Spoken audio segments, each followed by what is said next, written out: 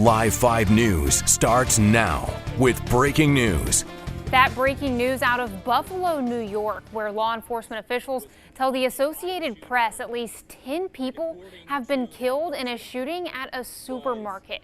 Now, officials say the suspect is in custody. There's no word on the suspect's motive, but the AP is reporting officials say the man entered the supermarket with a rifle and opened fire. Now, this is a developing story. We will update you on air and online at live5news.com. And authorities across the Lowcountry are investigating fatal shootings.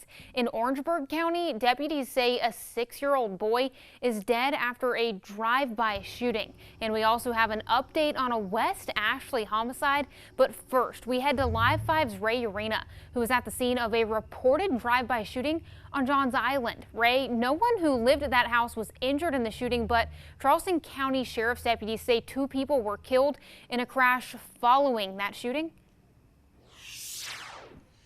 Right, Summer. So 2 people are dead after a car crash after that shooting. But I just want to show you some of the aftermath. So you see that white speck right there amongst the black. That is a bullet hole that has been left over following that early morning shootout. And just over here around the corner, just above me out of frame, there's another bullet hole where the homeowner's mother was sleeping. And that bullet hole penetrated the outside, but it did not go inside. Now, Charleston County Sheriff's deputies say they responded to the area of Michelle Lane and Fickling Hill Road just before 1 a.m. Saturday regarding a reported drive-by shooting. However, Riley McGillis, the homeowner, says the shooters arrived on foot and were firing toward him from the woods across the street.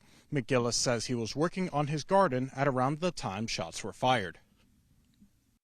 Well, I'm doing the electrical work, standing up straight, and from this direction I have a barrage of assault rifle fire coming directly at me. I lay down behind my raised bed here, and if you do the line of sight from where I am and that bullet hole is, that thing grazed my head. I heard it. There was 2, and they fired about 16 shots, so I'm not quite sure where the rest of them went. They might have, I mean, at this point I'm on the ground and I'm firing back every bullet I had in my pocket.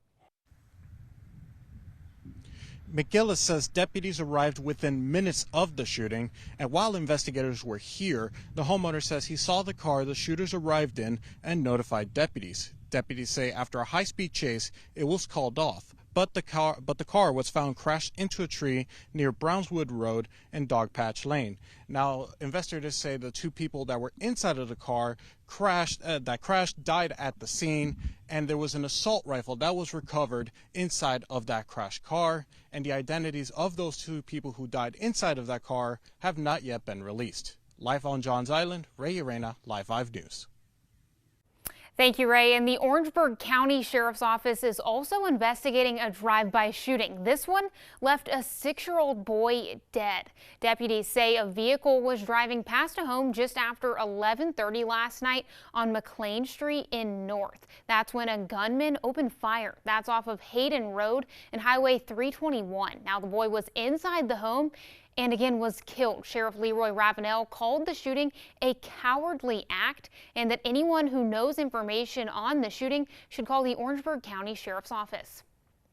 And we are also learning new information about a homicide in West Ashley. Charleston police say an adult woman was found dead in the front yard of a home on Hazelwood Drive around 9:30 last night. That's off of Ashley River Road. And according to police, the woman was suffering from a gunshot wound when officers responded for multiple shots being fired. Now, the Charleston County coroner has not released her identity.